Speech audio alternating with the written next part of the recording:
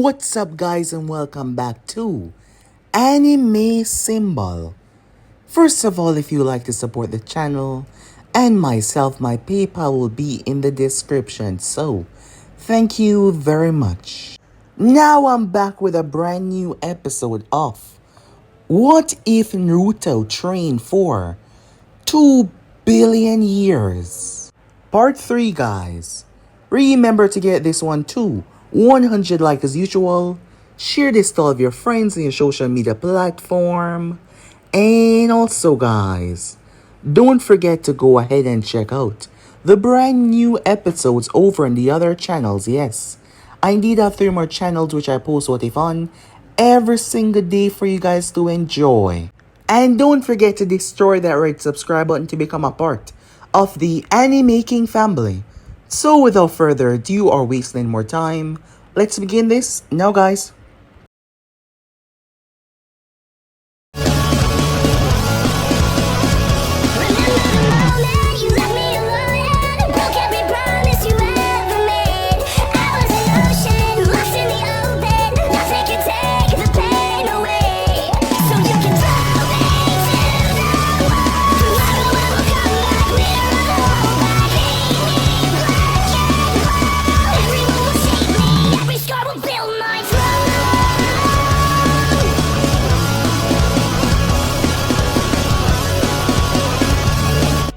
To do a bit of a recap for the last part that we left off.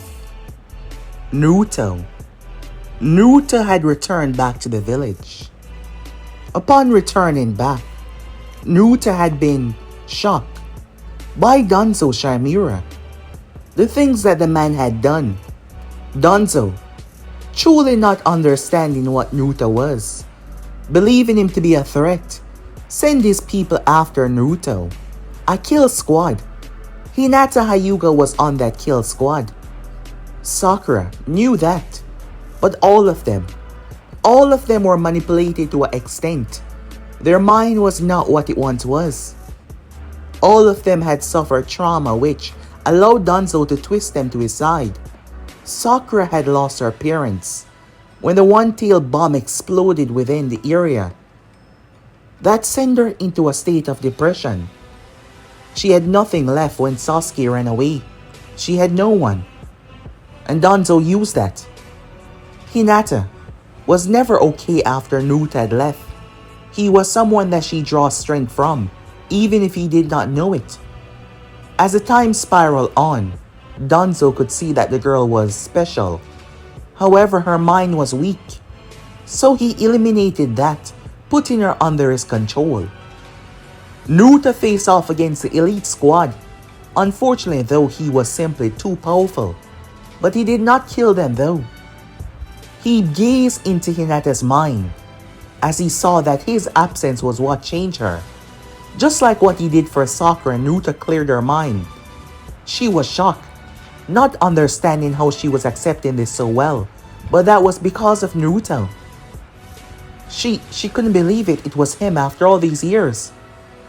But Naruto had to leave though.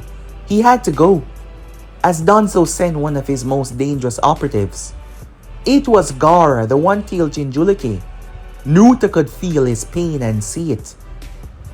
He attacked Naruto with a power that had been mutated after so many years. He was powerful in every single way of the word, but Naruto was something else. A different kind of monster. He bested Gaara before he fled. Killing Danzo would not change everything, as Naruto was going to change the entire world. When the two girls finally catch back up, Naruto, power was still there with them. He spoke to them, giving them the opportunity to free their other friends. He knew they could do it. Naruto believed that. He wasn't socially able to communicate with others, but already he was changing people's mind, influencing them with his words alone, making them believe that they can. Both of them had a lot to work through, but he was helping severely with this strange ability. They made their way after that. Naruto circled the globe within seconds. As he finally found Jiraiya, the Sannin was stunned. Naruto allowed his mind to accept it.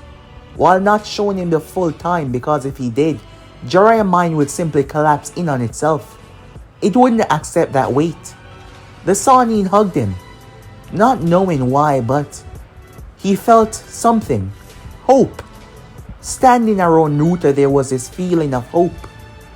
As they got to talk, Jiraiya wanted to know what was next.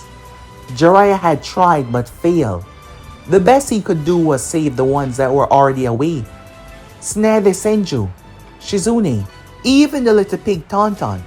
But he was sure that Danzo was suspicious of him, and with due time Danzo would make his move against him. But Jiraiya was preparing for that. But Naruto told him there was nothing to worry about. He was going to make sure that that doesn't happen. He would break down the system and bring true change, making sure that the other nations don't collapse or go to a full-blown war. He would make sure that everything is changed. Jiraiya questioned Naruto if he was stable, if he was okay. But Naruto's answer was clear. He did not come out of that 2 billion years hybrid with a stable mind. Part of him was, affected greatly. But they don't have time for that. Where they were going was somewhere Jiraiya was not going to like. As Naruto teleported him there, Naruto turned the earth upwards, turning the base inside out as Orochimaru was stunned. Him along with several others. So yeah guys, basically that's what I thought. You guys can switch across the place, check it out for yourself, and also don't forget to go ahead and check out the other what ifs, and yeah, links will be down in the description. So let's begin now guys. So to be clear, Naruto Uzumaki, the boy that was 9 years old, back then, he was sent into a strange spatial rift where he was trapped for over 2 billion years, after which he finally returned. But only a couple of years passed here. He met with the Hokage, and he saw the things that he did by walking in his mind and understanding, and after which he was able to free you two. He then gave you the ability to free us as well, under the compulsion that has been tampering with our minds for the past couple of years. And the only reason why we're able to handle it so well, as well as the things that we've done, is because he's allowing our mind to accept it on a small scale so that we won't break down. Is that correct? Shikamaru Nara questioned. Hinata and Sakura nodded. Well, given that we're currently experiencing it, it has to be true. Choji Akimichi said. There were more than a couple of them in the room, hidden away from outside interference. Shikamaru was there, Choji was there, Neji was there as well, along with Tenten as well, and Rock Lee, and the two girls of course. It was a hard pill to swallow, but these were the ones they were able to get their hands on, free them of the mental compulsion that has been ingrained into their mind over the past couple of years. They were not struggling with the things that they did because of Naruto affecting their mind in this way. There were some people that they can't get to. Say for example Ino Yamanaka. She wasn't amongst them at all due to her special abilities. Several members had been taken to different places. Hinata gazed over towards Neji. Despite what Naruto did, Neji was thinking about it. He was the basic leader of the Hyuga clan now. The regime had changed so much, something he wanted for a long time, but not in this way. He stepped towards Hinata, looking at her. Their last conversation was not a good one. Before she was manipulated, he apologized. His mind free from the burden of the things that he has done. Able to express emotions that has been bottled up for the longest time now.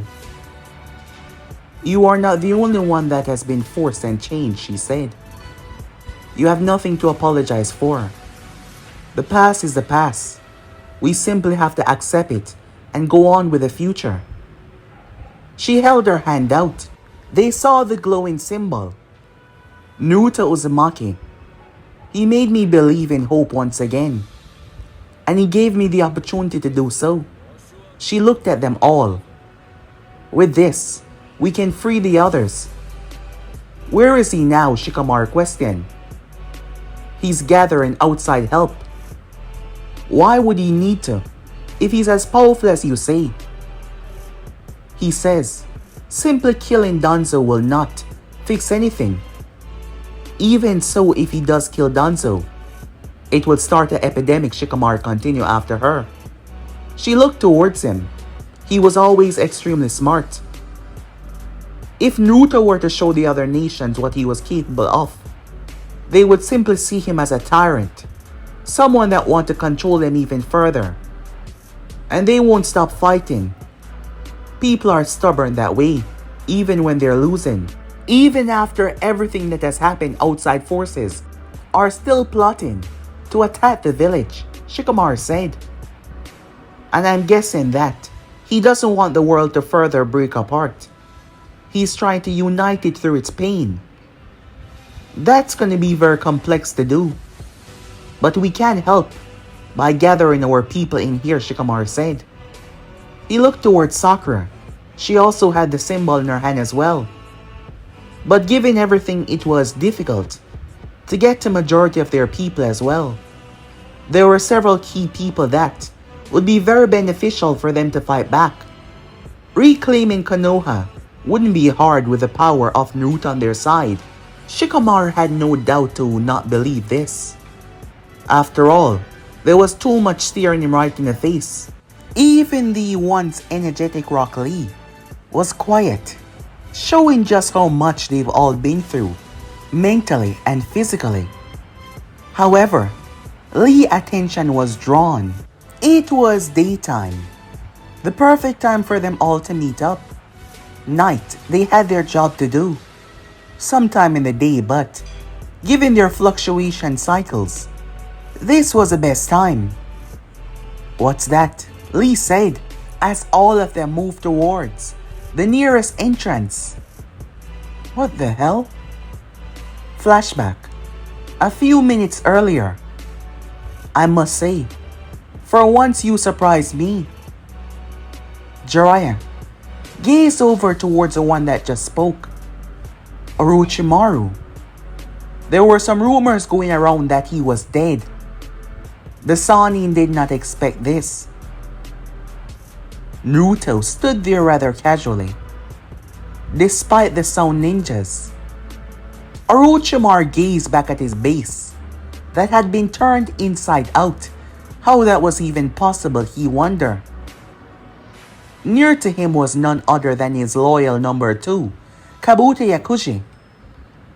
I must say, Jiraiya, isn't this chase getting a bit tired? After all, don't you have much more important things to do? He's not the one that found you.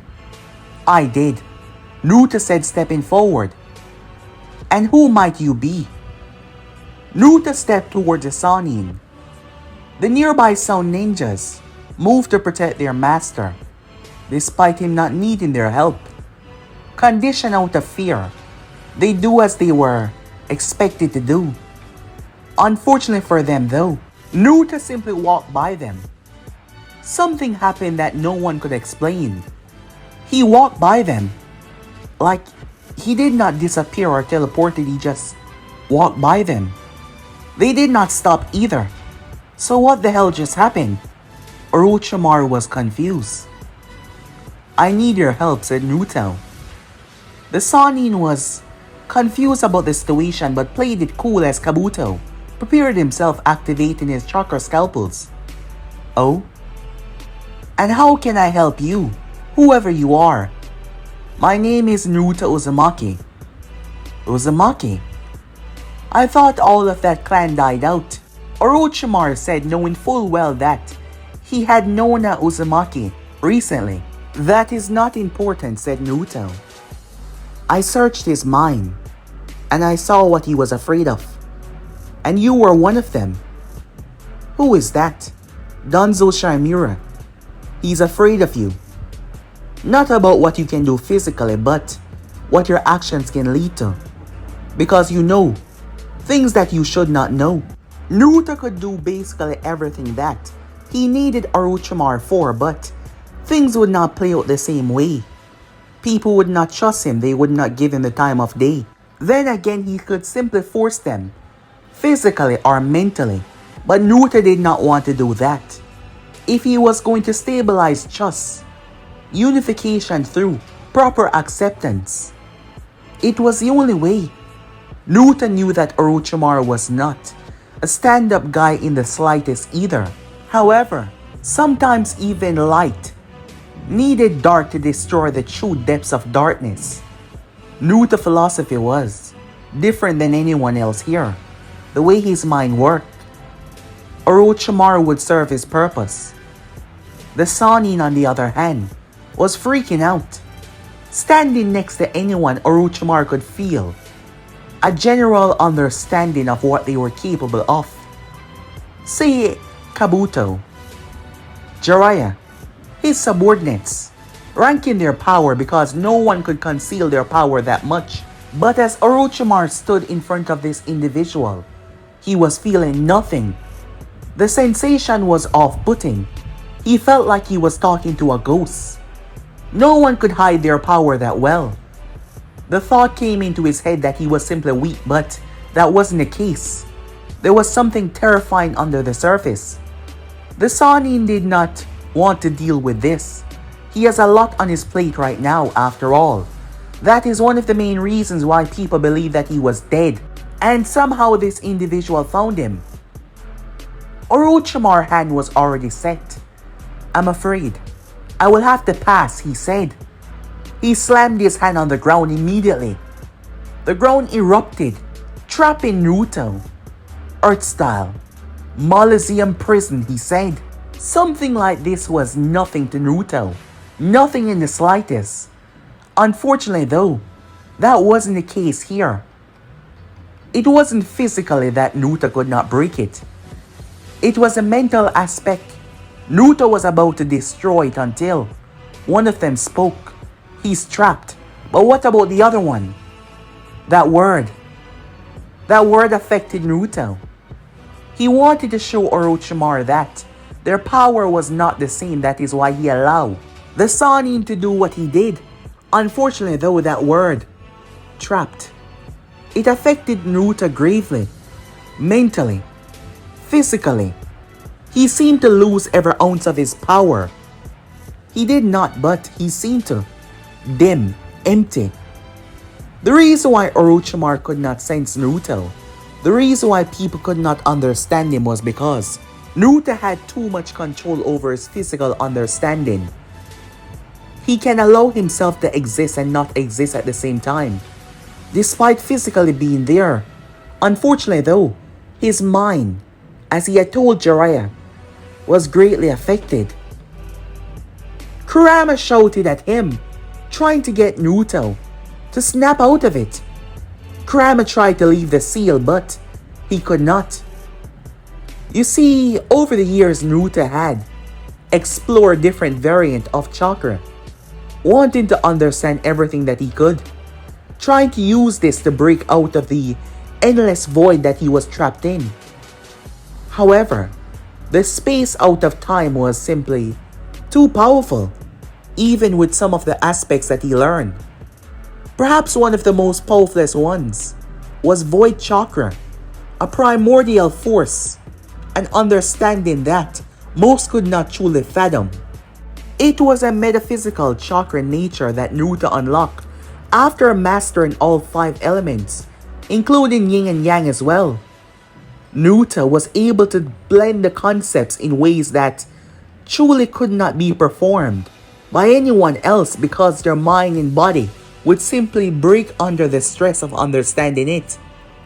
It originated from the empty space between times and reality, where none of that existed, where the laws of physics collapsed, Because of the place that Naruto was in, he was able to understand it. But breaking it and understanding it was two different things, because despite possessing void chakra, void understanding, there was nothing to break. Void chakra would simply see it as a causality that would be reflected upon itself. That is why Naruto's mind was so affected gravely. Even after learning so much, even after doing so much, every time he reached a new avenue, it came up to a dead end. Because the causality that took Naruto away was something that shouldn't have existed. A primordial split, an aspect beyond reality, beyond time, beyond the laws of physics, that truly did not make any sense. The way it was conceived, the way it moved, it was beyond any higher dimensional understanding.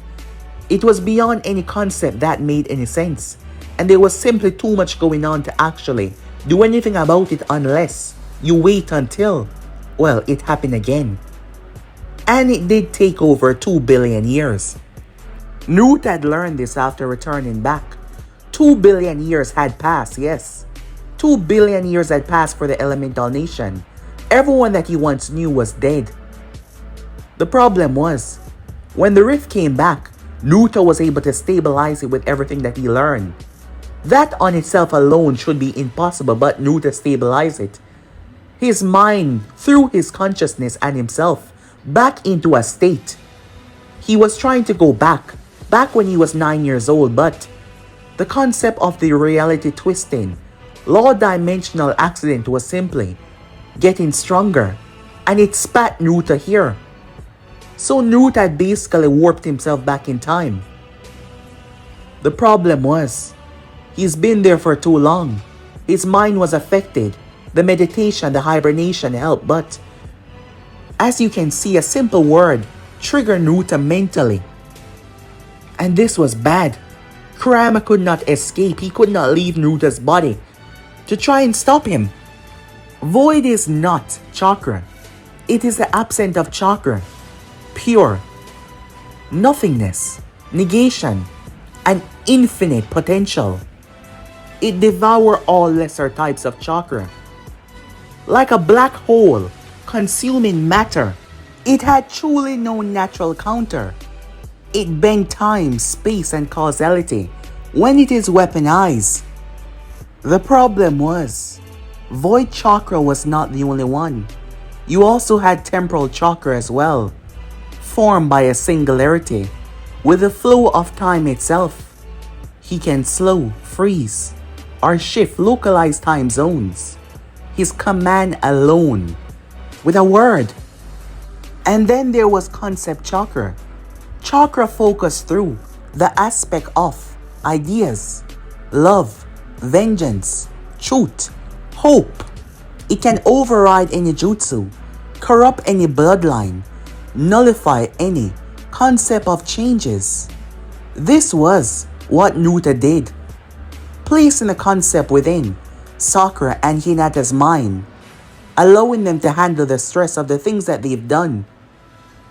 This was just 3 out of the several others that Naruto had created, bent and twisted in ways that simply was beyond any concept of understanding. All of this power was under his complete control because Naruto had full control over who he was and what he was. However, in his mental state, the power started to go wild. This was the first time that this power was being brought into this world, because Naruto was never here before. Immediately, Orochimaru, Jiraiya, Kabuto, and the Sound Ninjas felt it. It wasn't overwhelming. It wasn't crushing. It was nothing. It was like they were nothing.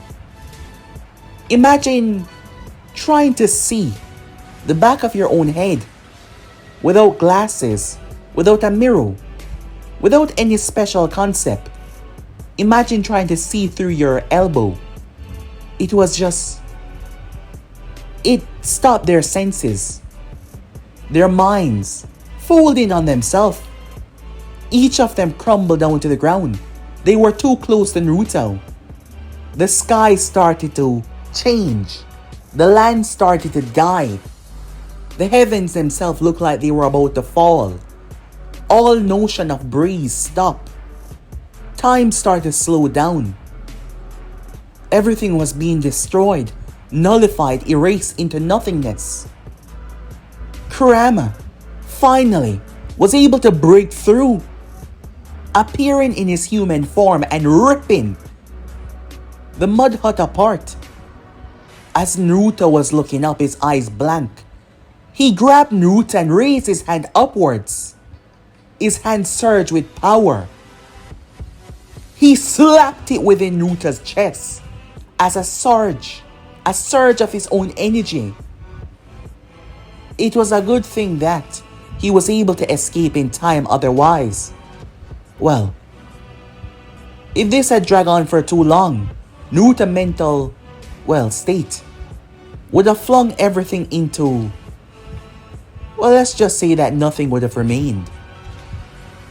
Immediately, you could see the changes as the air breeze started to blow, time returned. Naruto took a deep breath in. He collapsed down as Kurama caught him. "Are you okay?" he questioned. Naruto looked around. He took a deep breath and sucked all of the chaos that he just brought within. The land returned. Orochimaru, Jiraiya, and all of them, their senses start to return. A few more seconds and they would have been dead. In every single concept of the word. They looked around, shocked. Naruto drew the sensation in. They knew what it was, but they could not feel it, so it was not going to be affliction on their very essence. They stood there shocked. Truly so. They looked at Naruto and the newcomer that was standing there. Naruto finally getting a hold of himself. Orochimaru. He felt the concept of nothing and now he couldn't. So he couldn't understand it anymore, not that he did before. But as he looked at this one in front of him, the Sannin was more terrified than he's ever been in his entire life. Imagine feeling something and then being unable to truly understand what you felt, even though you knew that whatever it was so afflicting in a way that it was truly startling. As he looked at Naruto, "I apologize," said Naruto. Jiraiya, mind went back to their conversation about him and how he was afflicted by the, changes. Naruto shook his head, clearing his mind as Kurama went away, returning back with Naruto, speaking to him mentally so that he could keep his cool. Naruto could have a full-blown conversation with Kurama and talk to like 1,000 more people.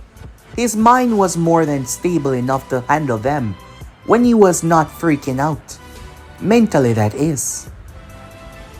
But they all knew. They knew that this was not someone that none of them could overcome. Time skip. In the past, this was something that would have never been done. He wouldn't even have given them the time of day. However, knowing that this person could snuff your life out in the blink of an eye, that leads one to calm down and try to understand their situation. As Orochimaru, wanting to know what exactly did he desire. Orochimaru had connections, Jiraiya as well, but Orochimaru had people far and wide. He could do things that Jiraiya could not do, and Naruto needed him for that. Naruto offered the man what he desired for the longest time now, if he helped him. It was just the both of them talking. Orochimaru looked towards him. "How do you know that?" "Speaking to someone I can understand them. My eyes don't see what you see," said Naruto. "You desire immortality. I can give that to you," said Naruto. "Although you shouldn't." And why shouldn't I? The Sanin wondered. Not being able to die can be a curse as it can be a blessing as you think. But I'm not here to argue about that. All I desire is your help, your people, your connections. You truly are powerful. Why not simply take control? Why not simply bend everyone to your will? From what I felt earlier, that my mind can't simply fathom anymore. Why not simply do as you please? The Sanin want to know if this person was simply using him, trying to manipulate him. That is not the way, said Naruto. To bring true peace and prosperity, all that would do is bring more chaos. It would not fix a single thing, said Naruto. I don't want to control the world. Not at all. But as you can clearly see, affecting a world that I brought peace to would lead to my retaliation. So, even if I do take your request and become immortal, you say you would strike me down if I were to tamper with the world. Darkness is needed. Light cannot survive without it. That is a concept that I'm afraid you won't understand, said Naruto. So you can do as you must, unless you move without the concept of hesitation. What's that supposed to mean? That's not important. Naruto said, I can give you what you want. Before that though, is it truly what you desire? Or is there something else? And what are you speaking about? Do you simply desire to become immortal? To learn everything? Might I ask you, what will you do then? Take over the world? Force people under your control? After, say, 1,000,000 years, what then? The concept has never breached my mind to go that far before. I must say, truthfully, I do not know. Orochimaru said, I could give you something more, said Naruto. Something more. A chance to do things that you never thought possible. The next moment, Orochimaru found himself seeing stars, planets, new concept of energy. What is this? He said. What I said Naruto. I can give you something different. The chance to learn. The chance to understand. The chance to grow in ways that most people can't even dream of. I can give you the ability to do all of this. To see it all. To make new concepts. To bring new life out of energy elements that never existed before. And what's the catch? Orochimaru said.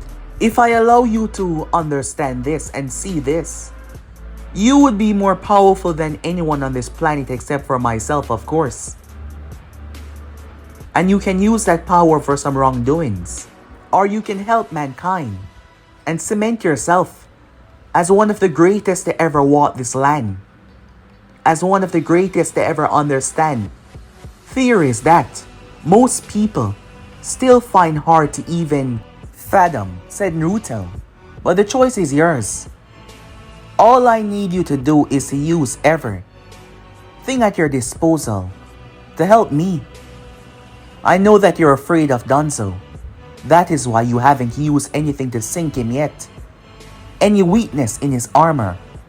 And I know that you know them all. You spend your life making sure that you won't die by being one step ahead of your enemy. You have all of the skeletons that he has in his closet. So what? Is it to simply humiliate him? You're not aware of the state that Konoha is in right now, are you? Humiliating Danzo will not change anything. This isn't just about humiliation. Orochimaru realized where he was going. You want to bring this to the other nations. You want to use weakness instead of strength. You won't bully them, but you will show them that you're different. And you want me to give you every single amount of proof that I have. Everything. Things that would also incriminate me as well. After all, we were partners. How would I live in a new world if I'm sentenced to death as well? Let me worry about that, said Naruto.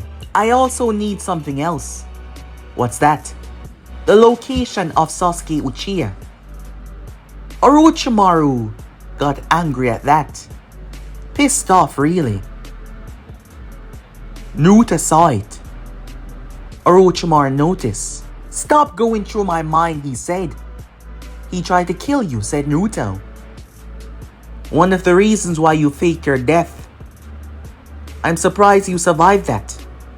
Well, it is my thing after all. He did not only try to kill me, he took very important people to me and ran away. Another Uzumaki. Naruto said, looking at him.